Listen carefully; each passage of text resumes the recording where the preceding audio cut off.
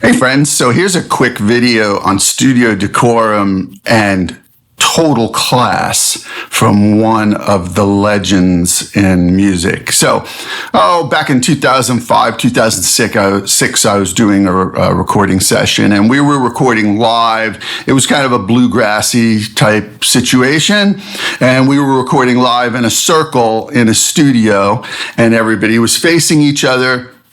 We all had spot microphones. We also had some overhead microphones to pick everything up, and it was going to sound awesome. But there was a little issue with the first take or two, and we were trying to figure it out. And one of the people on the session was my dear old friend, Al Perkins. Now, if you don't know Al Perkins was in the Flying Burrito Brothers. He played with the Rolling Stones. He was in Manassas. He played with Dan Fogelberg. I don't know, hundreds and hundreds of other people.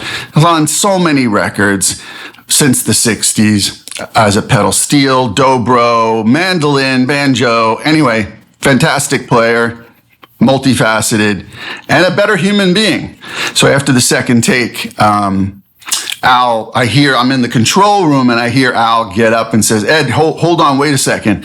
And he gets up and he comes into the control room and he whispers to me, he's like, "Hey, I think the issue is that we should record the take, instead of having banjo, let's cut it with mandolin, and I'll overdub the banjo later."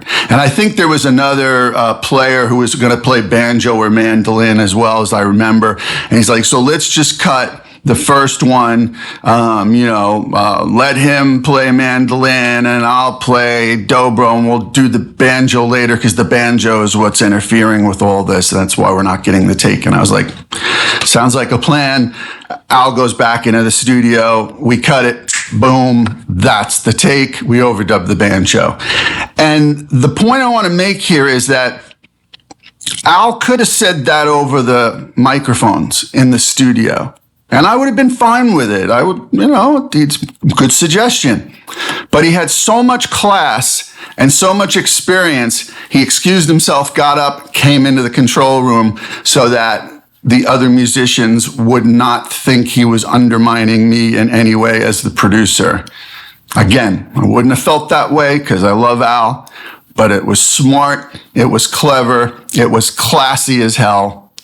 Love Al Perkins. And that's the way you should handle yourself in the studio.